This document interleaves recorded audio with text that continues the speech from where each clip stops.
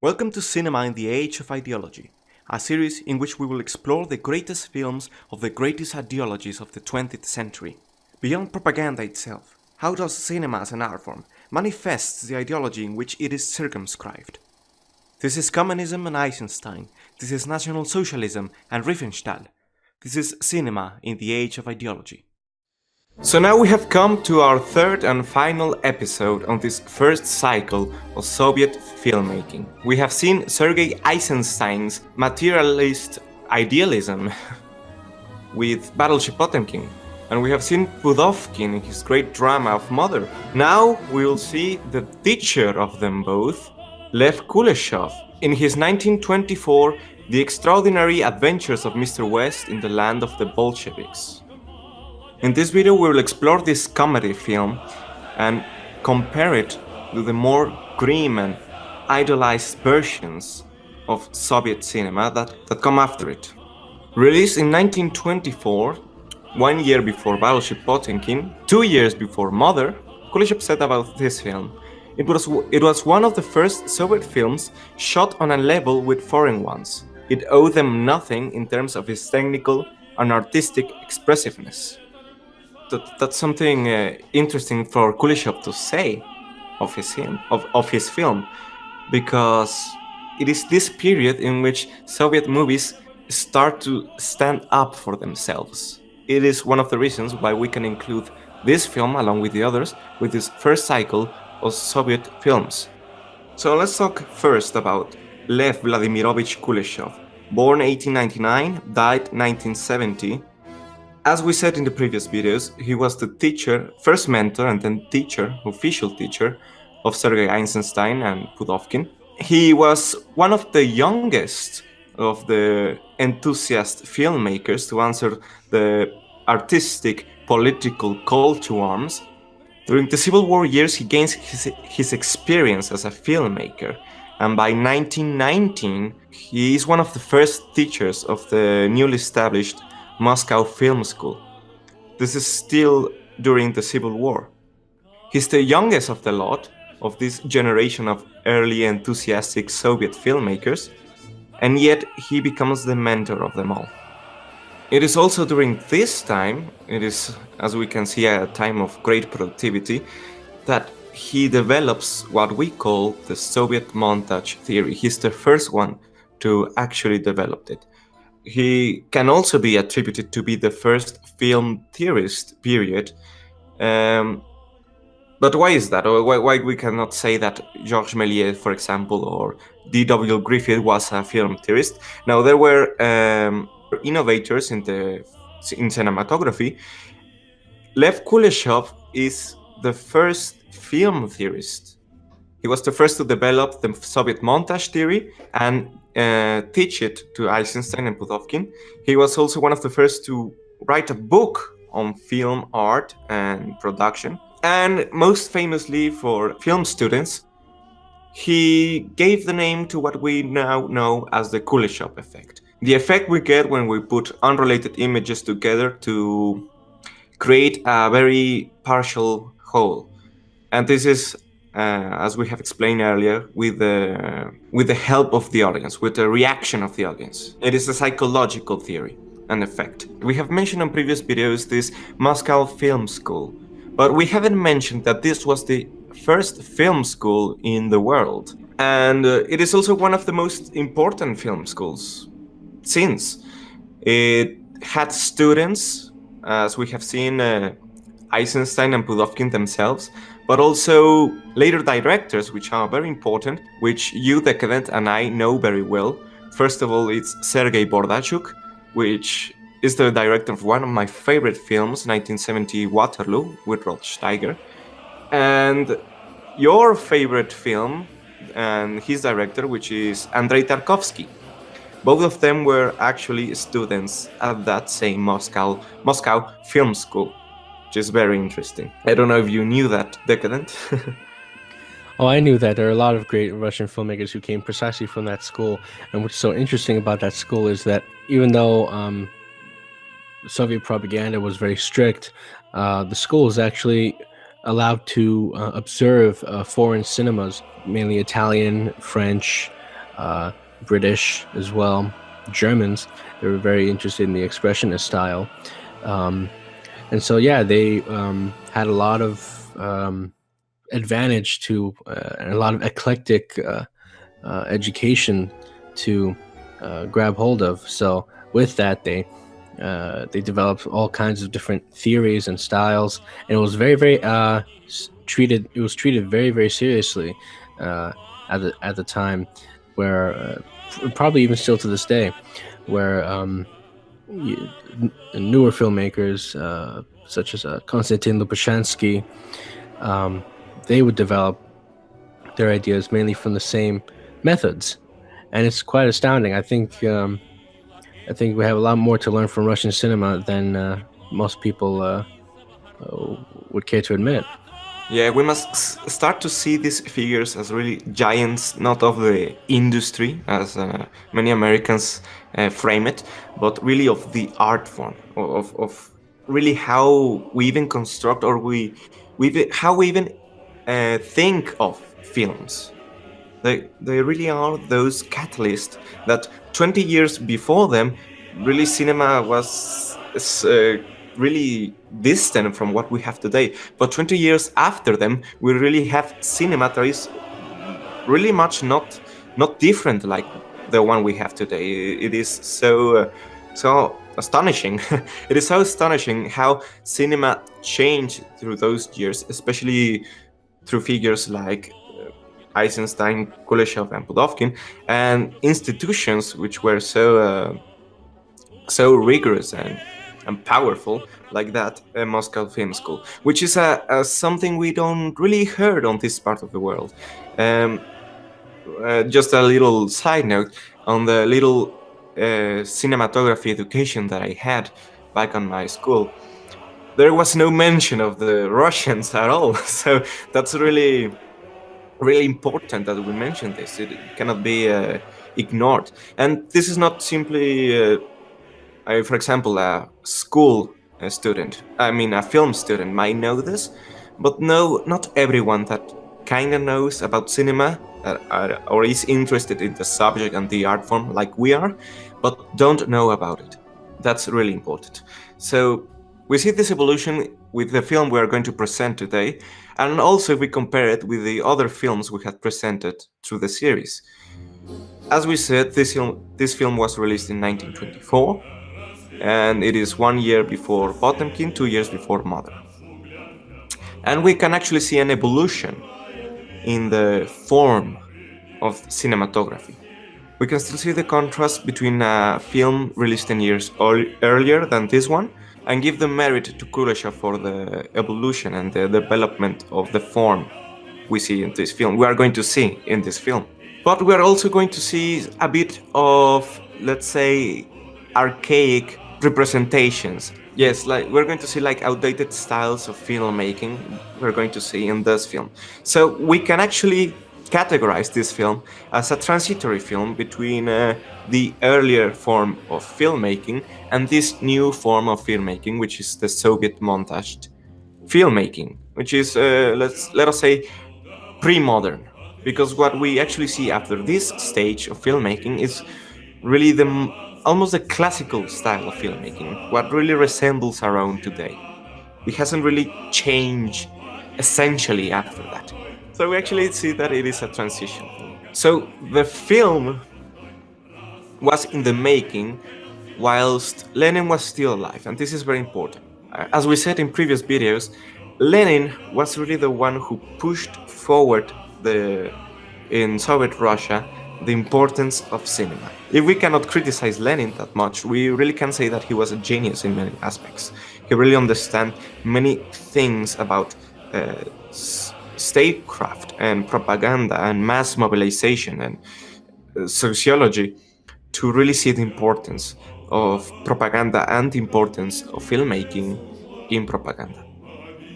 And that is why he commissioned a lot of the films we have seen in the series, which are, for example, Potemkin and I think Mother was also commissioned by Lenin. Of course, Lenin was enshrined and the commissions kept after his death. So there is We must see this first cycle of films as a sort of legacy of Lenin, of the propagandistic legacy that he left. And is really the genius of the films that indirectly shows the genius, or at least the importance of Lenin in this ideological context. The Extraordinary Adventures of Mr. West in the Land of the Bolsheviks. Yes, I'm not going to say that title too many times, please. The film begins with our titular character, Mr. West, who is a YMCA director in America, of course. And he has this news about Russia and the Bolsheviks. He is so astonished of the news who portray the Bolsheviks as these savage beasts who wear bear skins and just are carrying the sickle and the hammer everywhere in an aggressive manner. Mr. West is this really tender, innocent man. He actually receives a letter, an invitation to Russia to actually help in a humanitarian way the Bolsheviks to amend their wrong ways. He, of course, is very scared of the situation in Russia because he's a very pacific man, a very humane person. But still, he's going to travel with his best buddy, a cowboy who is named Jetty. Very stereotypical. They both travel to Bolshevik Russia to humanize the Bolsheviks, and one of the first things that happens is that Mr. West is robbed of his suitcase and his most precious belongings by a kid. This entails a chase, and Mr. West and the cowboy Jetty are separated. We discover that the kid actually works for a local gangster, so to speak, Shban, who is played by Budovkin himself. Yes, the very one and same Budovkin.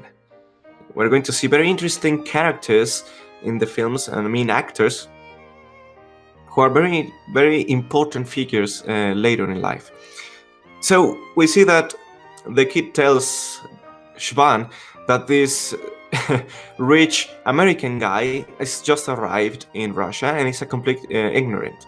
So Shban plots a plan with a dandy in hiding and a countess, remnants of the old Tsarist regime, and they make this contribuous plan to just suck all the money from Mr. West.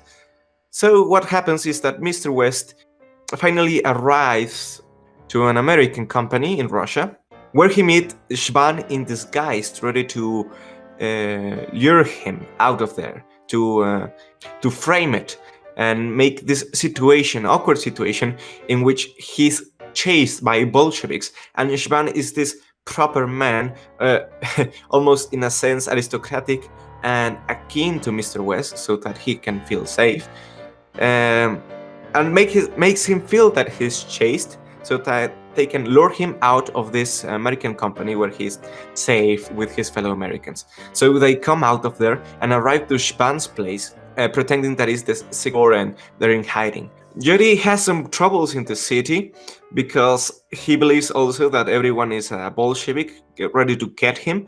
So he actually shoots some people, doesn't hurt anyone, and lassos a stranger into a light post, and he's put in jail.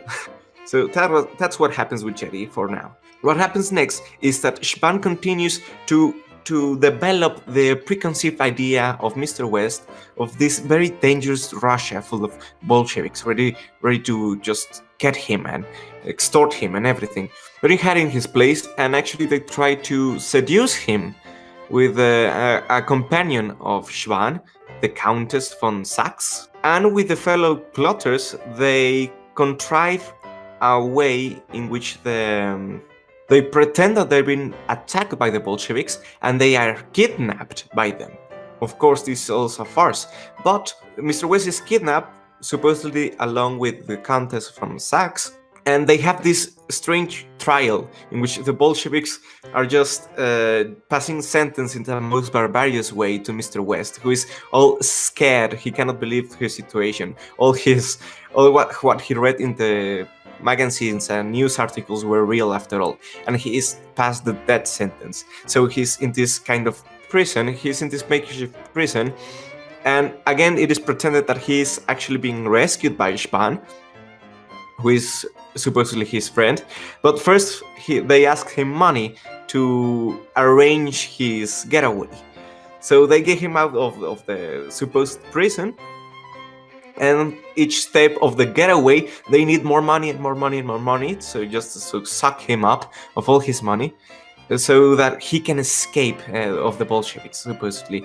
But in the end, Jedi actually manages to prove his innocence and his proof that all was just a misconception, a misunderstanding with the police, and he meets a Bolshevik and a dear friend who lives in Russia who advocates for him, and the Bolshevik is now the hero of the story. They search for Mr. West. They bust the other gang members, the Span and the Countess of Saxe and the others, and simply they put him in jail. The Bolshevik is the hero.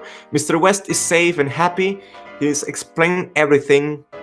All his misconceptions are clarified. And we have this almost strange last section of the film in which the Bolshevik just is escorting Mr. West through the city and is clarifying everything else, everything to Mr. West.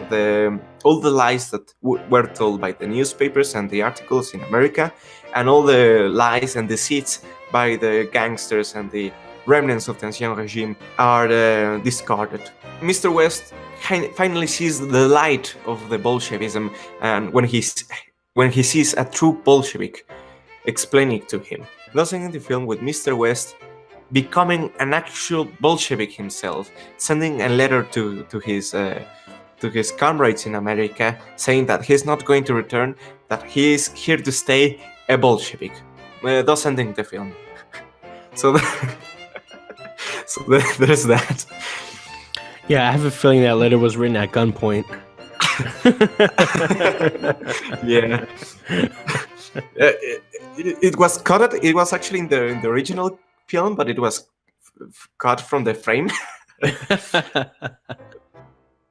Well, the first thing I have to say is the stunts are incredible, especially the chase scene near the beginning of the film with Jedi the cowboy.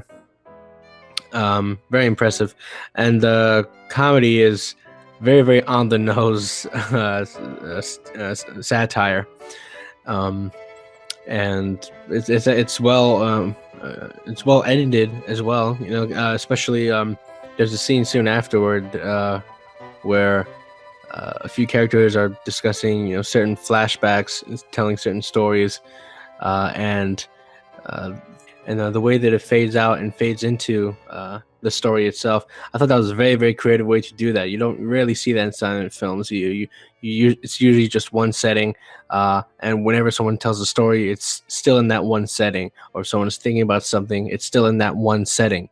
But this was a very interesting attempt to sort of portray the sort of the outrageousness of the person telling the story to the newspaperman about journalist, I should say, about how he found some briefcase in the snow, going back and forth to the office and then to the place to the snowy public square.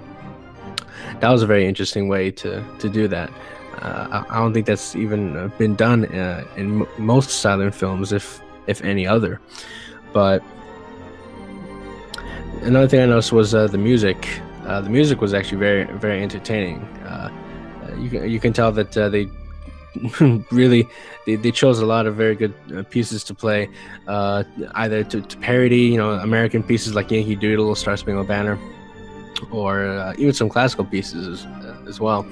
And it was very creative. The music was just a very creative choice, which really goes to show the director's attention to detail and sort of the demand for everything being rather harmonious, not just in setting, not just in character, but also in editing and in music, and in cinematography, everything. It seems that everything was considered, even though it seemed like a film that was rather rushed, like most films back then were. Of course, you can make the argument that today many films are rushed in production, but yeah, you can tell that the director really cared about how things were, even not just in sound but in vision. Yes, actually, on filmmaking, on how long time movies take in being created and being done. Yes, actually, the early films took relatively very little to be made. A director could actually release up to 3 films in a year if it was really laborious. This is impossible today.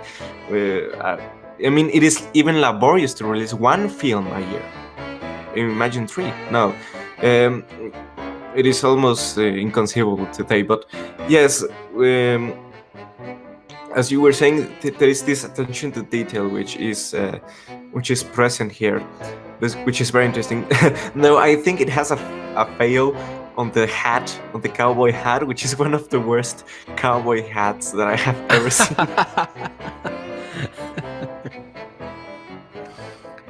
Definitely, yeah. You can, or also the American flag that the clerk brings with him. You can tell that they obviously didn't pay much attention to the American flag. All they knew is that there was a blue square with white stars and a bunch of red and white lines.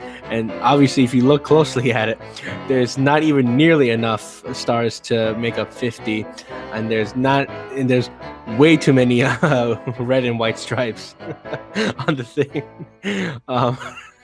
Yeah, but perhaps that's even on purpose, because after all, it's a caricature of the American. And perhaps even the hat of the cowboy could be on purpose, because cowboy films were not were not unknown in Russia, in the world. They were very known, the American films. That's one of the main reasons why American cinema is so important, is they are the masters of the cowboy. The cowboy films are super important in cinema. Even back then. Just another side note, Stalin loved cowboy films. He used to watch them endlessly along with his cabinet. Yeah, it was often late at night, and so they would really they didn't really want to participate, but Stalin would insist, of course, unless they felt like dying that night. Yeah, did you another side note, did you watch that film The Death of Stalin? Yeah, the Stalin. It's because I watched it recently, and I just discovered that many of the things were actually true. Yeah, it's amazing. It's really cool. But okay, so let us get back to the thing.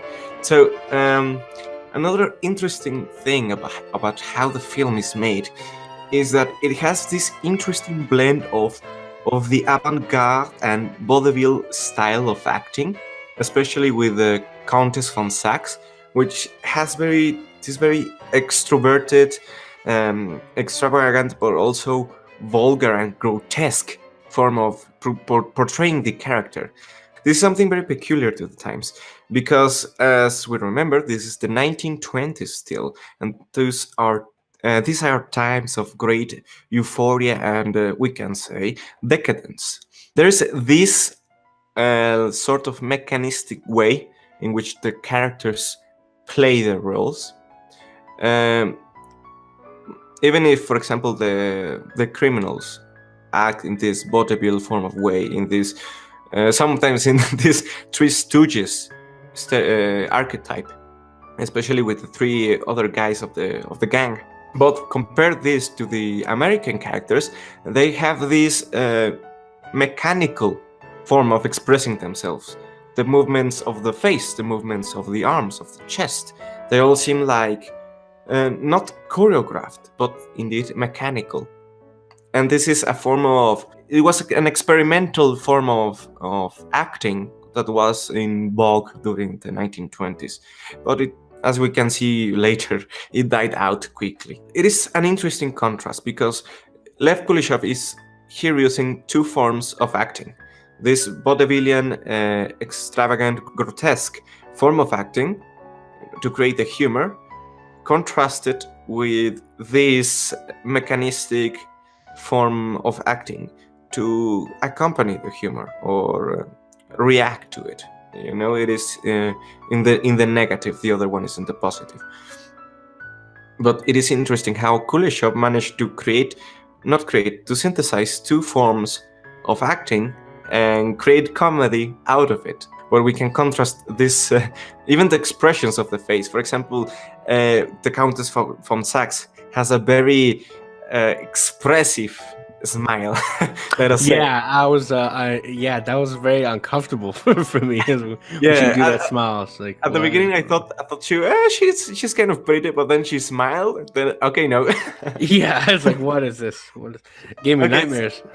Yeah, actually, that actress is Alexandra Kokolova. She actually married Kuleshov later. She was her wife. So that's the interesting part. Compared the expressions of the Countess with Mr. West. And you can really see the different styles of acting that were used in this film. Well, that's interesting. You used you mentioned the vaudevillian nature of some of the characters.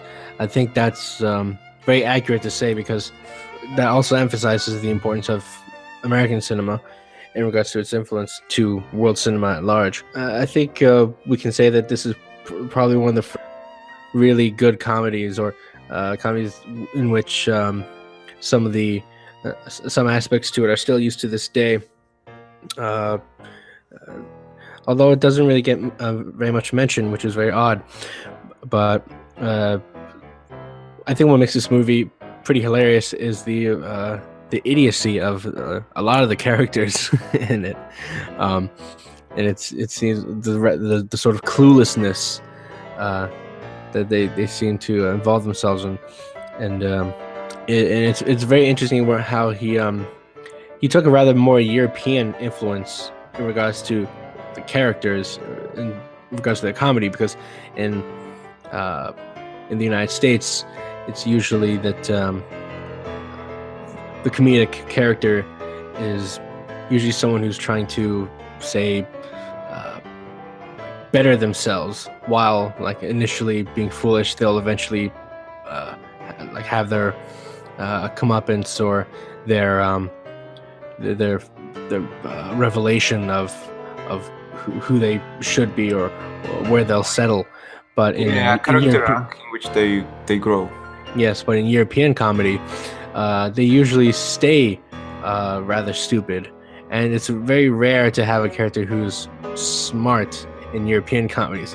It's usually just a bunch of idiots just wandering around, and they're rather unchangeable. Like their entire nature seems to be unchangeable, and so you can see that how far back that sort of comedy goes. It even goes back to France, for instance, Molière, or in Shakespeare as well. The fools, it's usually their comedy is their character rather than the world in which they live in as comedic. About that Molière, that's true, because I really love the plays of Molière, and it's really the characters that really make the comedy in and of itself. It is the characters that build up the situation. For example, a whole play of him is called the what's the title in English? Well, in French it's the Avare, the avaricious one. But well, for example, even the title is centered about this character. I don't recall his name, which is what's the word? Which is greedy. Okay, the greedy, which is greedy, and all the situations arise from that character trait of greediness, and it's so interesting how everything plays afterwards. Now we can I maybe include this, so we can actually say that everything also, all the comedy is born here as well from the naivete and ignorance of Mr. West. So we can actually see the same thing in this film. It is the ignorance and the naivete of Mr. West that creates the comedy. It is what creates the situation and the plot, so to speak. After all, even the title is indicative, telling of that. Mr. West in the land of the Bolsheviks. Once we understand in the beginning of the film what is Mr. West, we will understand what will happen in the land of the Bolsheviks, and especially the first word, the extraordinary adventures, to emphasize the ridiculous, almost fantastical elements. Now, you mentioned in the beginning that there was some kind of fantastical element to the film, or you mentioned something like that. Oh yes, the the sort of ridiculousness and sort of impossibility of coincidences and sort of chaotic order to the whole thing. We actually see this in the film, which is a trend in comedy films, which is this mix-up of fantasy and reality. For example, one can think of Chaplin's movies, which have these ridiculous elements of fantasy, and many times in the end are contrasted with this element of reality. Some of Chaplin's films have this element of the conditions of the working classes in America, for example. After all, the character of Chaplin is a tramp. So we see in this film too this mix-up of fantasy of how the criminals are stooges, almost like three stooges. They do impossible things. How the cowboy character of Jerry is also so fantastical, shooting all the town, riding a sledge through the city like he was galloping through the steppe. And there was also a brief moment where right before they go, he shoots at the tire of the car so that it may run like a horse, and so there's another ridiculous element to that. So there's those elements of fantasy, which in the end, and this is done in a crude manner, we could say that Kuleshov actually failed to synthesize both elements correctly. But in the end, we have this element of reality in which Mr. West is brought to the real facts, to how things really are in Bolshevik Russia, against the lies opposed in this fantasy realm of comedy, which is really interesting. But this is almost a section in and of itself, independent of the rest of the film. So, as I said, it is in a very crude manner. It is this element of fantasy and this element of reality, but crudely separated, not synthesized expertly like in Chaplin. In fact, we can really insert Chaplin in this kind of in this series of Cinema and the Age of Ideology, because Chaplin also has an ideology, yes? And I mean, for example, we maybe can see The Great Dictator and talk about that, how he portrays his ideology there. Very, very interesting things to say about there. Perhaps another time. So, what I was getting at is that the film has this mix, like most comedy films, of fantasy and reality. But that it kind of fails in this mix, in the synthesis, and especially in the reality part. And which is what we would call propaganda, of course. I guess with that, we can move on to the propagandistic side of it and the ideological side. The propagandistic aspect to the film really lies within the whole the element of the superiority of such propaganda. It really lies into the whole when one is submitted to the propagandistic, that it must not be a propaganda that sort of downgrades you, which is why ideas like in 1984, where it's like big brother's watching you kind of thing, it's meant to portray the horror of propaganda, whereas real propaganda is meant to attract, if anything.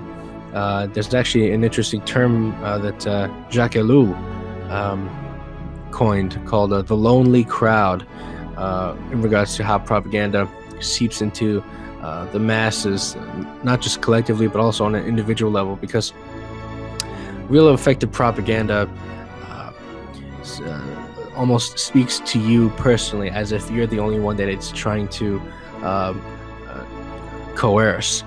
But with that, you very rarely do you realize that the effects that you're having are the same exact effects that everyone else who had arrived at such strong propaganda are also feeling the same way. So it's also simultaneously an individual effect as well as a collective effect as a result of its attempt to really as its attempt to attract you to its aspects and its quality and its ideas, if it has any. And the real psychological significance of this is that although any great psychologist will tell you that human behavior at best can only be understood but never overcome, what propaganda really proves, especially with its effectiveness, and don't think that we are in a post-propagandistic age. Propaganda has always existed. Save a few exceptions. What those exceptions are, I'm afraid we'll never know, because we ourselves are, in a way, trapped in the propagandistic. Actually, that's a propaganda paradox. It's a liberal paradox. If you are not liberal, you actually don't fall on that paradox. Right. That's a good point. You should delve into that. So it is very interesting that you mentioned 1984, because I would say that it is a propagandistic movie. Why is that? Well, because liberals make propaganda with that movie. Simply put, liberals make propaganda with that movie. You can see it on television. You can see it on the internet. Internet liberals and the liberalists love that movie, and they make propaganda with it. They don't realize, of course. That's because, as we said in the previous video, liberalism works negatively. So it is when they are not making propaganda that they are making propaganda. So that's an interesting thing. Now, more specifically, just a side note again, why is 1984 a propaganda movie? Well, it is a propaganda movie because it is a liberal propaganda movie, and it explains everything. I mean, it's liberalism negatively. Everything that it is not, everything that it is criticizing, it is liberal. That's the point of the film. And of course, we can say that it is a caricature of propaganda, 1984. It caricaturizes propaganda to the point that it makes many people oblivious to the fact of propaganda. We cannot. This is something liberals would not agree, because for me, 1984 is actually a bit detrimental to our consciousness in the face of propaganda, because it is so plain, so absurd, 1984, so in your face, and it makes you believe that it is the kind of propaganda that is actually propaganda. No, that's a very insidious thing. If you actually believe that the 1984 propaganda is the propaganda we have today, it is not. It is just a caricature of that. Real propaganda is actually more efficient and even more dangerous, we could say, than the 1984 propaganda, because it is so, I would say, childish. which is really interesting if we compare my opinion to that of a liberal. That is what I have to say about 1984. And we actually compare this to what we have, real propaganda, in the real world, not this 1984 fantasy world. Oh man, Englishman. So, which, as you said, decadent it has this. Is always framed in this positive way, in this enthusiastic way, in this optimistic way. It is always something that attracts us. It is not something to cower from. It is something to strive to. Right. And but the real mastery of propaganda is its subtlety, because you may not even mention the state or the state's ideology, but it may have a certain, like, for instance, I saw this commercial recently. It was really sick to my stomach. I mean, the people who made this commercial were very naive, but maybe they weren't, and maybe that's the genius behind it. where it was a commercial for Coca-Cola, where it says, share Coke with the one you love, something like that. And it was always these people meeting with each other, and they're having Coke, but it's sort of using commodity as well as emotional stimulation, or at least equating the two. That love, for instance, cannot be perpetuated unless with some material stimuli, and I suppose the real genius behind the image in regards to the society of the spectacle is the short attention spans, at least the shorter they are getting, generation after generation. We start to see not only the immediacy, sort of a kind of desperation, a quality of a quality of desperation towards the kind of propaganda we see today, because of the short attention span, or at least again shorter attention span. And so propaganda itself is in this sort of intermission, or at least in a sort of intermissionary state at the moment, because the increasing innovations and changes in technology, entertainment, everything is getting quicker and quicker, and so the effect has to be immediate. And way for it to be immediate is for the result to be as effective as possible. And so with that, there's an increasing sense of a sort of one-dimensional mindset, where sort of diversity of perspective wanes more and more and more, because of how little people demand their attention to be allow their attention to acquire a sort of patience and sort of and a reflectiveness on it, which is going away quicker and quicker. And so with that, that's that's just what I have to say about propaganda as it is now, where it's going. And I think the more I think because of this, the study of propaganda itself is all the more important, especially from its strongest changes in cinema. Yes, and it would help if we didn't have liberals to twist everything around and create even more misconceptions about propaganda, like 1984.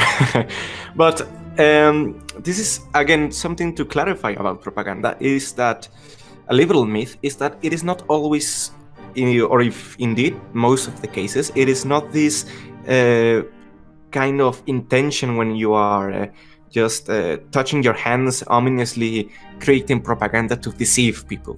No, it doesn't work always like this. It is like we said in a previous video. People don't realize it, but we don't have the ideology, we are in the ideology. So, as Zizek said, so this, as you said, happens in the same way with the liberals, in which they supposedly don't have ideology, they supposedly don't have propaganda, and yet they are, we could say, one of the greatest producers of propaganda in our age. So, where's the contradiction? There is no contradiction, there is simply a different application. What's the difference in the application? Well, let's contrast it with the film. In the film, in the end, has a section that every liberal would say that it is the propaganda of the film. Yes, it is blatantly the propaganda. And in their minds, if it is the propaganda of the film, in which Mr. West is shown Moscow really not crumbling under the Bolsheviks, or even flourishing, well, it is propaganda, it is lies, it is constructions, it is misconceptions, it is deceit and everything in this light. Well, let's actually compare that propaganda with modern propaganda, when we have, for example, in the TV, this, for example, commercials or peace articles or newsreels about, I don't know, some quote-unquote facts about the environment, or for example a woman related to men or children, or social kind of things, political kind of things. No, those are not propaganda, you see. Those are facts to the liberal. But that's it. Yeah, but that's the genius of liberal propaganda, is that because one already assumes that it is impossible for him to be propagated, that makes him even more susceptible to the propaganda, because he feels because if he is convinced that it is not propaganda, or that he cannot be propagandized, or that he has overcome propaganda, then whatever is given to him, he will. If one already believes himself to have overcome, or to be incapable of being propagandized, the likelihood of him being more propagated is increased. Just like if one believes that it is impossible for you to be sick, and you're more likely to drink more poisons and be more neglectful of your health.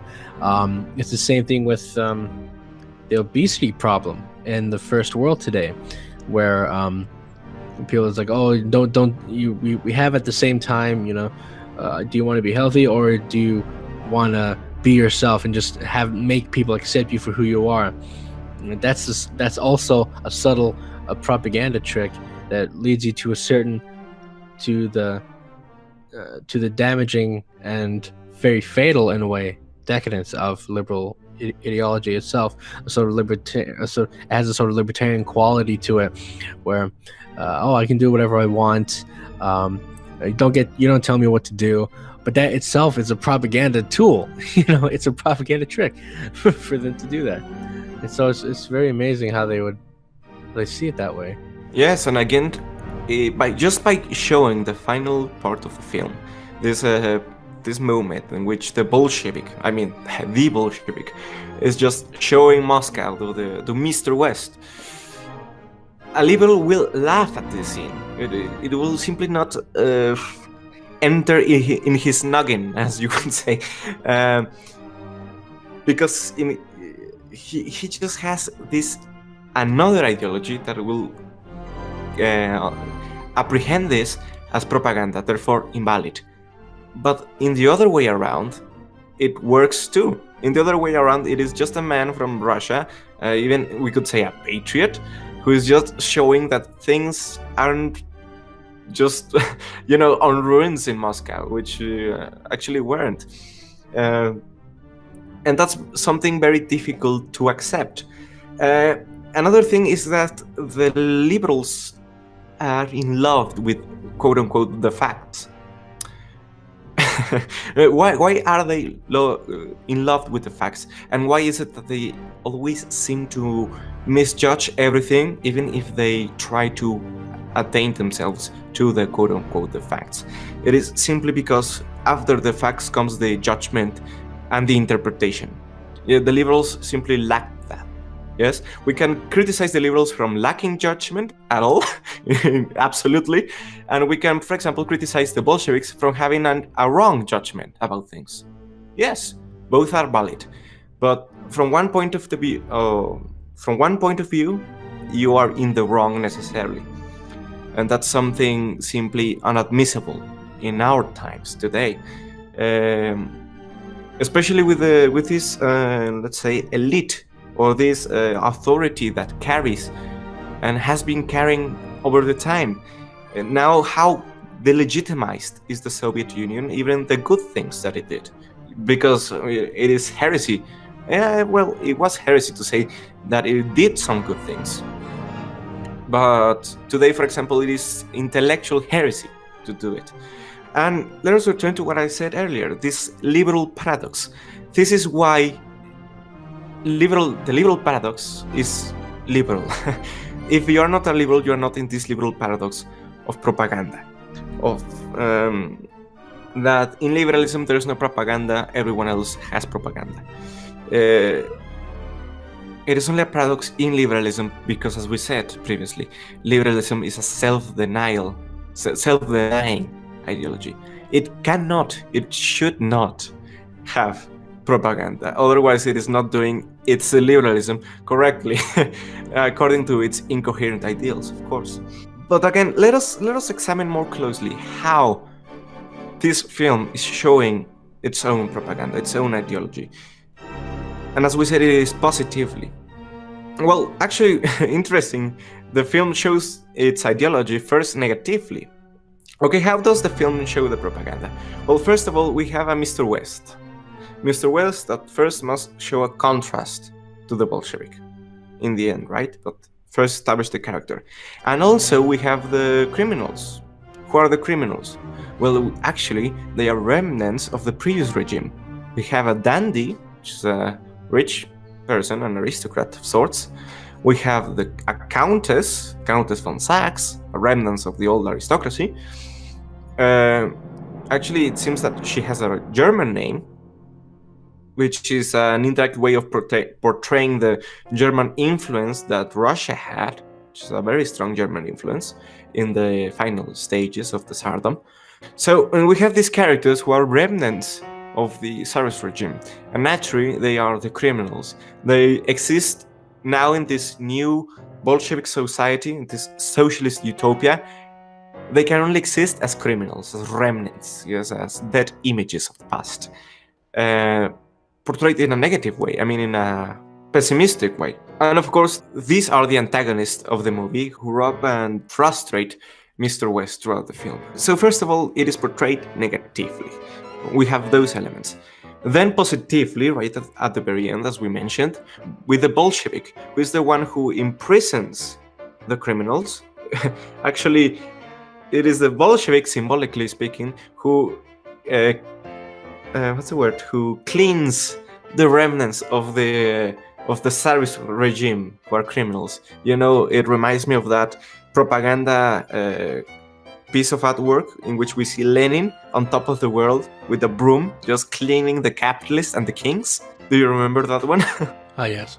So it is almost in this kind of way in which Lenin cleansed society from the anti-Marxist elements, bourgeois elements, and so on. So in these two senses, first negatively, then positively, is how the film portrays the ideology of the times. It is to be noted that during these years, 1924, just after Lenin's death, Stalin was not yet in full power and consolidation.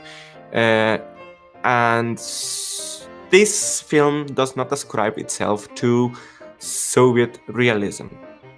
As we have said, it is a very fantastical movie. It is a very optimistic movie in the end, not in the materialist dialectical way, but in a traditional, indeed almost bourgeois form of story development. Just the plot solving itself and happy ending. And thus ends our first cycle of cinema in the age of ideology.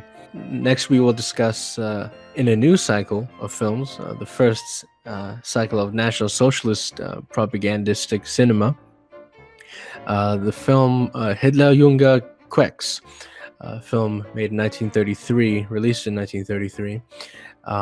So if you had enough of the Soviets, well, maybe this will jog your interest, because we're now heading into very, very murky territory, but it is very likely that we're going to have a lot of fun with it, so stay tuned. It will be new material to refresh the conversation. Until next time.